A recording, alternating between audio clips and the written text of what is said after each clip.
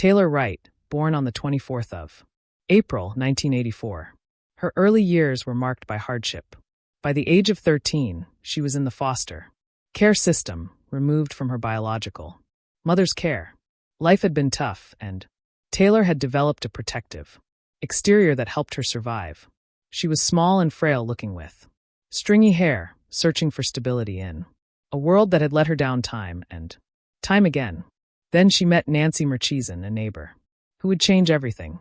Nancy recalled the first time she saw Taylor. "I don't know what it was about her, but I just said, you can come stay with us." Taylor moved in with Nancy and her sons, and for the first time in years, she had a home, a real home where she was safe and loved. Throughout her teenage years, Taylor thrived in Nancy's care. And despite everything she'd been through, she wanted to be friends with everybody. Those who knew her said she was kind and outgoing, someone who made an effort with everyone she met. As she grew older, that tough exterior remained, but underneath it was a warm-hearted woman who'd been shaped by adversity. In North Carolina, Taylor met Jeff Wright, a U.S. Marine. Their relationship was unconventional. From the start, our first date ended with us throwing knives at a dartboard. Jeff remembered she liked to lift weights and flex her guns. He was drawn to Taylor because she was different, smart, competitive, tough, and still looked amazing in a dress. The pair married around 2007, and in 2010 they welcomed their son Drake. Jeff said Taylor was an ideal mother, devoted to their child and determined to give him the stable upbringing she'd never had. Taylor had found her calling in law enforcement. She joined the Jacksonville Police Department in North Carolina, serving 2 separate periods between 2008 and 2013. Jacksonville Police Deputy Chief Timothy Malfitano would later say that Officer Taylor Wright was a brave and spirited young officer who we were happy to rehire to service when she returned to the area in 2012. She was a loved and valued member of our law enforcement family. But despite the success in her career and the joy of motherhood, Taylor's marriage began to crumble after the family moved to Florida. The relationship became bitter. They decided to divorce during dinner on their 10th wedding anniversary. What followed was a contentious battle over custody and money that would define the final years of Taylor's life. Aside from the custody dispute, Taylor believed that a $100,000 settlement from a bad car accident she'd received before the marriage should go to her alone, not be divided as marital assets. Whilst the couple battled it out in court, a judge froze their assets. But Taylor somehow managed to withdraw the $100,000 anyway, directly defying the court order. During one heated argument, Jeff called the police. Taylor was arrested for battery. Although Jeff later dropped the charges, the damage was done. No police department would hire her. After that, her law enforcement career was over. Without a job or steady housing, Taylor reluctantly agreed to give Jeff full custody of Drake. It was devastating. She missed her son terribly and texted him every single day. The furious judge ordered Taylor to bring a check for $25,000 to the next court hearing scheduled for the 12th of September 2017, just 4 days after she would disappear. After her divorce was finalized, Taylor worked to rebuild her life. She became a private investigator in the Pensacola area and began dating again, exploring relationships with both men and women. On a dating website, she met Cassandra Waller, a school administrator with Escambia County Public Schools. The relationship hadn't been perfect. There had been issues with Taylor's occasional drug use and a past infidelity that had hurt Cassandra deeply. But they'd worked through it. They were committed to building a future together. In September 2017, Taylor was moving into Cassandra's home. "My whole birthday weekend was moving her stuff and helping her move," Cassandra recalled. "But I didn't mind because it was like, I was really happy." Taylor was also fighting to regain custody of Drake. The pressure was mounting, but Taylor was determined to prove she could provide for her son. Through all of this, Taylor wore a distinctive bullet necklace. It was part of who she was. Tough, unconventional, a former police officer who'd overcome so Much. Nancy Murchison, the woman who'd given her a home all those years ago, said Taylor was a great mother who really loved her son. She loved her family and her brothers, and she loved me. For Nancy, Taylor was the daughter she'd chosen, and she was about to lose her in the most unimaginable way. Friday, the 8th of September, 2017. The morning started like any other. Taylor had plans to meet up with her friend Ashley MacArthur. They were going to sort out some business, run a few errands, and most importantly, go to the bank. Taylor needed to collect money she'd entrusted to Ashley weeks earlier. Money she desperately needed for her upcoming court date. Ashley MacArthur was 40 years old, married to a man called Zach, and a former crime scene technician with the Escambia County Sheriff's Office. She wasn't a sworn police officer and hadn't attended the police academy, but she'd worked in law enforcement long enough to know how crime scenes were processed. She'd resigned from the position in 2006. Ashley and Taylor had been friends for about a year. Ashley had a background in law enforcement just like Taylor, and that common ground had helped forge their friendship. Taylor trusted her completely. What Taylor didn't know was that Ashley was facing serious financial troubles of her own. She'd been embezzling money from her family's business, Pensacola Automatic Amusement, which rented jukeboxes and pool tables to local bars. For 2 years between 2015 and 2017, she'd been skimming thousands of dollars from clients, falsifying records and shortchanging bar owners. And she was having a secret affair with a man called Brandon Batty, the owner of Sticks Billiard Hall, spending lavishly on him, whilst her husband remained oblivious. Ashley had other lovers, too, including Audrey War, who worked as a bartender at Brandon's establishment. Weeks earlier, on the 16th of August, Ashley had done something unforgivable. Taylor had given her $34,000 to keep safe during the divorce proceedings. The money was part of the $100,000 Taylor had withdrawn from her joint account with Jeff.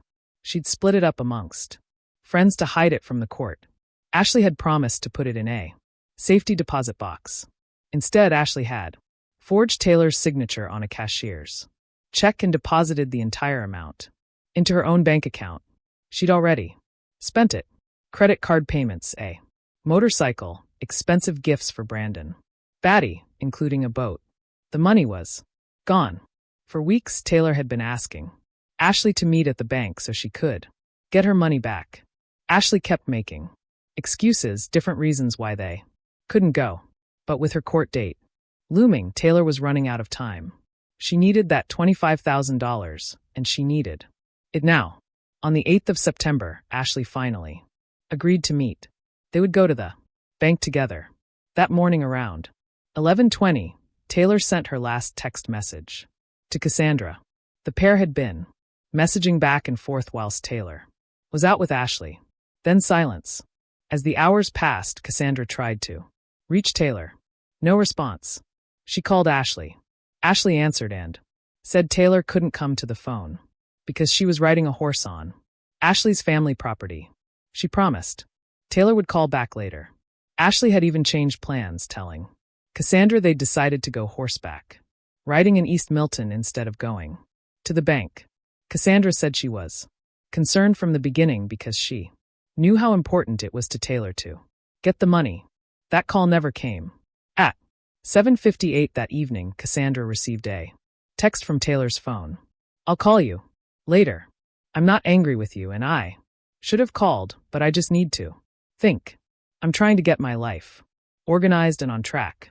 Something about the message felt wrong. The language didn't match how Taylor usually texted. Close to midnight, another message arrived. "I'm okay. I just need some time to think. The move in court is very stressful. I need a few days to myself. Everything is okay. I am not doing anything bad." Cassandra knew in her gut that something was terribly wrong. She said, "I don't have any clue what's going on. I just know that something's not right." I was scared. Taylor wouldn't disappear without telling Drake. She texted him every single day, and she certainly wouldn't miss Cassandra's birthday dinner. something she'd been looking forward to. In a panic, Cassandra reached out to Jeff Wright.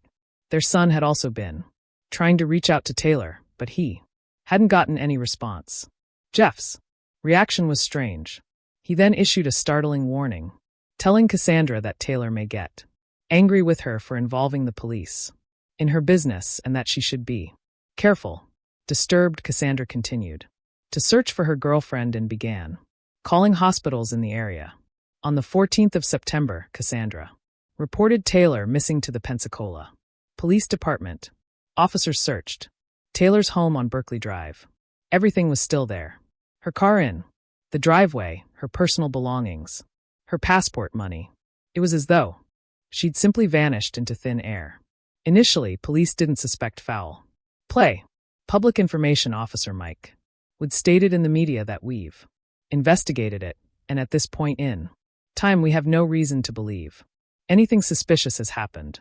We believe she left on her own accord. We've questioned numerous people, and through that investigation, that is why we believe she left on her own. But those close to Taylor knew better. Nancy Murchison, her foster mother, said her gut told her this was not normal behavior. Something had to have happened. She would not have taken off. And so someone had done something horrible to her. Behind the scenes, detectives were starting to piece together a very different story. They looked at everyone close to Taylor. Cassandra Waller was the first person investigators scrutinized. She'd reported Taylor missing.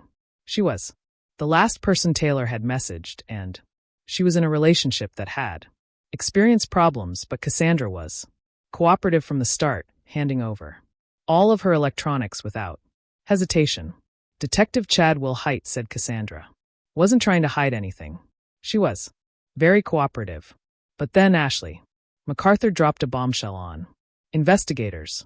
She claimed Taylor had had an affair with a woman in another town whilst she was seeing Cassandra, and that the couple had argued about it in the past.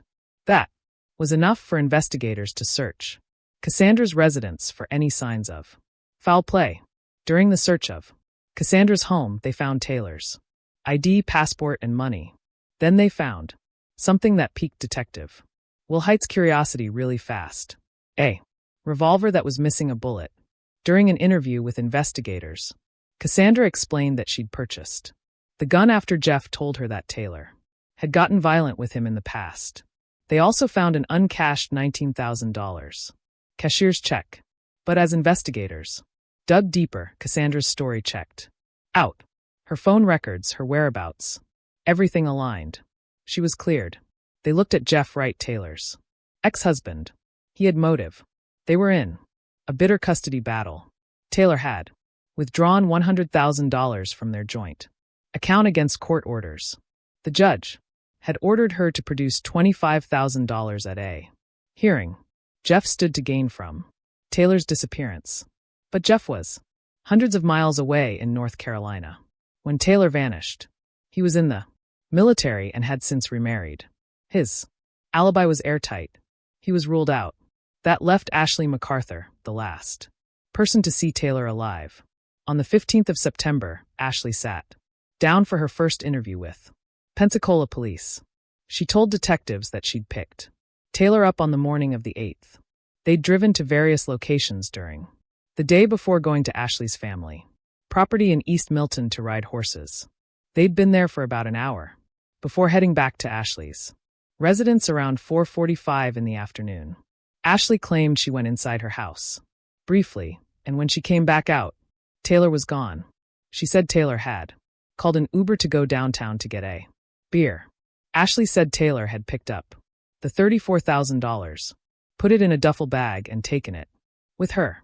Detective Will Height noticed something about Ashley during this first interview. She was flirty, maybe a little playful with law enforcement. She didn't seem worried. She seemed relaxed, almost casual about her missing friend. But on the 16th of September, detectives discovered something that changed everything. Bank records showed that on the 16th of August, Ashley MacArthur had deposited a cashier's check for $34,000 into her own personal checking account. The check was made out to Taylor Wright. The signature didn't match Taylor's. Known signatures. It appeared to be forged and the money had been spent. All of it. Ashley's bank account had been negative $43.33. On the 3rd of July, it remained negative, or near zero until the 16th of August. Then suddenly $34,000 appeared. Within weeks it was gone. When confronted with this evidence, Ashley changed her story. She claimed that Taylor was hiding large amounts of money and trying to get her son back from her ex-husband. She alleged that Taylor was going from bank to cash big cashiers. Checks. Ashley had a motive. Financial. Desperation. And now detectives would prove she'd had the opportunity as well. Investigators obtained Ashley MacArthur's mobile phone records, and what they revealed was damning. Ashley had told police she'd taken Taylor to her family property in East Milton to ride horses but sell phone tower data told a completely different story. On the 8th of September, between 11:52 in the morning and 1:44 in the afternoon, Ashley's phone had pinged off towers in the Bower Enchantment area near Britt Road. That was miles away from East Milton. And Britt Road was where the MacArthur family owned a farm. Between 2:40 and 3:33 that afternoon, Ashley's phone had pinged near Britt Road again. She'd been at the family farm multiple times that day, not in East Milton, where she'd claimed there was more. Ashley had claimed Taylor left her house around 4:30 in the afternoon in an Uber. Detectives checked every ride-share service, Uber, Lyft, taxis. There was no record of any pickup at Ashley's address that day. None. It was a complete fabrication. Then surveillance footage came to light. On the morning of the 8th of September, Ashley had been captured on video at Tom Thumb's supermarket driving a silver Ford F-250 truck. She'd purchased a beer for Taylor at a convenience store. But it was the footage from the 9th of September that was truly chilling. At 1:07 in the afternoon on the 9th of September, the day after Taylor vanished, Ashley MacArthur was filmed at a Home Depot. She was purchasing bags of fast-setting concrete and potting soil. During the investigation, detectives also discovered something crucial about the day Taylor disappeared. Ashley had contacted her cousin on the 8th of September, asking if he would be on the family farm that day. The cousin stated under oath that he told her he would be gone to a funeral and was not on the property. Ashley had made sure the property would be empty. No witnesses. As the investigation continued, witnesses came forward with shocking information. Brandon Batty, the man Ashley had been having an affair with, spoke to police. He admitted to the relationship and said Ashley had spent considerable amounts of money on his business and on him personally. She'd bought him a boat. She'd visited him every single day. Then, he said something that made investigators' blood run cold. She told me they'll never find that bitch. She's gone. 3 of Ashley's friends provided even more disturbing testimony. They said Ashley had talked about killing Taylor days before she disappeared. Audrey War, a local bartender and one of Ashley's lovers, said Ashley had discussed a plan to spike Taylor's beer with cocaine to cause a fatal overdose. She said she was going to put it in Taylor's beer. Audrey testified. She said this world would be better if Taylor wasn't here and she wasn't a good person. She was too small to hurt anybody, so she'd just shoot her. 2 other friends, Alexis Cook and Jessica Wheeler, testified that Ashley had asked how much cocaine it would take to cause an overdose. One friend said Ashley told her she'd attempted to drug Taylor's beer on the 8th of September, but Taylor had spat out because it tasted funny or sour. That's when Ashley had changed her plan. She'd resorted to shooting Taylor instead. By October, detectives had built a strong circumstantial case. They had motive, financial desperation, and the theft of $34,000. They had opportunity. Cell phone records placing Ashley at the family farm on the day Taylor disappeared. They had consciousness of guilt, the Home Depot purchase of burial materials, and they had witness testimony. Multiple people saying Ashley had planned to kill Taylor, but they didn't have a body. And without a body, proving murder would be nearly impossible. On the 19th of October, 2017, investigators made a strategic decision. They brought Ashley MacArthur to the police station for another interview, ostensibly to return her mobile phone. They read her Miranda rights and asked more questions about Taylor's disappearance. Ashley maintained her story, but her demeanor had changed. In the second interview, she was different. She knew she was caught. She claimed she didn't believe Taylor had been harmed. "I think Taylor is doing what Taylor does," Ashley said. "She's always come across as being tough. She's always carrying weapons, whether it's knives or guns or whatever. She's not an easy target." Whilst Ashley sat in that interview room, search teams were executing warrants on 3 properties owned by the MacArthur family. One of those properties was at 2201 Britt Road in Cantonment, the very location where cell phone records had placed Ashley on the 8th of September. They also searched Ashley's home in Pensacola and the family business, Pensacola Automatic Amusement. Investigators brought in K9 units, specially trained to detect human remains. They searched the wooded area behind the main property on Britt Road, along a fence line. And then, approximately 10 minutes after Ashley was released from her police interview, the cadaver dog alerted. Officers carefully approached the spot. There, sticking out of the ground, was a portion of a human skull. It was encased in concrete and potting soil, the very materials Ashley had purchased at Home Depot. They found what appeared to be a gunshot wound in the back of the skull. Detective Jeff Brown later testified Taylor had likely been taken by surprise by her friend. As investigators carefully excavated the shallow grave, they found skeletal remains wrapped in a hammock, and there amongst the remains was Taylor's distinctive bullet necklace. Bridget Jensen, the lead prosecutor, said, "My gut told me at that point that it was going to be Taylor." The following day, the 20th of October, dental records confirmed what everyone already knew. It was Taylor, right? She'd been buried in concrete on her friend's family property, and she'd been missing for 41 days whilst her loved ones searched desperately for her. Ashley MacArthur was arrested that evening and charged with second-degree murder. The charge would later be upgraded to first-degree premeditated murder by a grand jury in November. Bond was initially set at $1 million. For Taylor's family, the news was devastating. Nancy Murchison said she was devastated. She needed answers. She wanted to understand. Nancy said about Ashley, "She's a horrible, evil person, and quite frankly, I hope she rots in hell." Cassandra Waller, the woman Taylor had been building a future with, was heartbroken. "Family, friends, and myself are grieving the loss of Taylor," she said. In a statement, Taylor was outgoing and kind to anyone she met and knew. "We pray that justice will be served. I never saw it coming, and that's what's scary," she would later say. "Ashley knew what she did, and the whole entire time she was pretending to be my friend. Ashley took somebody that I loved."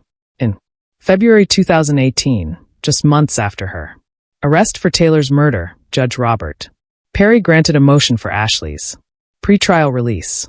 Despite being charged with first-degree murder, Ashley was released on a $400,000 bond with GPS monitoring. She was required to reside at her mother's home in Gulf Breeze. Then in January 2019, Ashley was convicted in a separate trial. She was found guilty of racketeering and organized fraud. On the 21st of February, 2019, she was sentenced to 7 years in state prison, plus 3 years of probation. She was remanded to custody. Prosecutor Bridget Myers Jensen was worried. She'd just prosecuted Ashley on fraud and racketeering charges, and whilst the jury had convicted on those counts, they'd acquitted on the arson charge, which was based on circumstantial evidence. The murder case was also entirely circumstantial. There was no DNA linking Ashley to the crime, no murder weapon, no physical evidence, just cell phone records, financial documents, surveillance footage, and witness testimony. So would it be enough?